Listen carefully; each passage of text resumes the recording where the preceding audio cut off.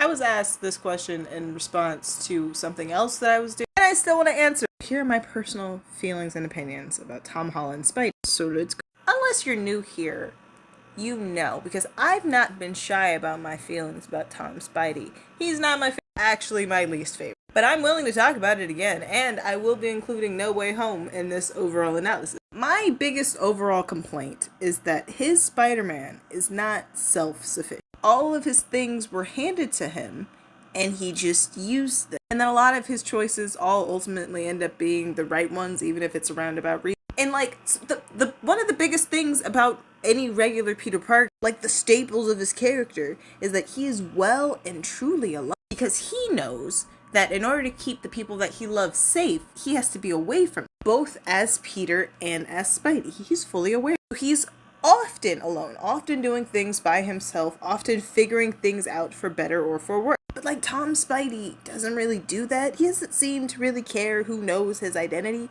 He be ripping his mask off every other scene.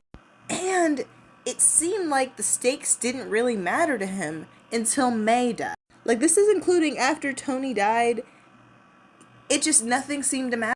Like, aside from Edith not recognizing Jake Gyllenhaal, Tom Spider-Man handed them over to him within a week of knowing this man.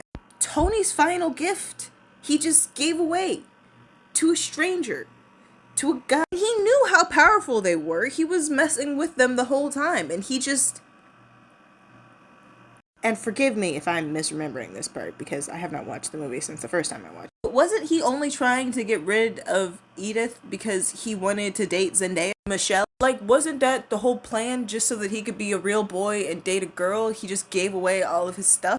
Lazy. Also, he didn't have control of his Spidey sense yet. Even in No Way Home, it didn't seem like he had to work hard for anything until May died. He beat Doctor Strange in the mirror dimension based on some understanding of geometry. The mirror dimension. Like, they were even moderately successful in saving all of the bad guys until May died, and then the strike. And I'm not a fan of how much work we had to do to get him to being optimal Peter Parker. But, like I have said before, I am looking forward to the future of Spider-Man because of where he ended up at the end of No Way Home. It's kind of like a backwards thing. I hate it. I hate that it happened, but I'm glad to see where we're going moving forward. Thank you for coming to my TED Talk.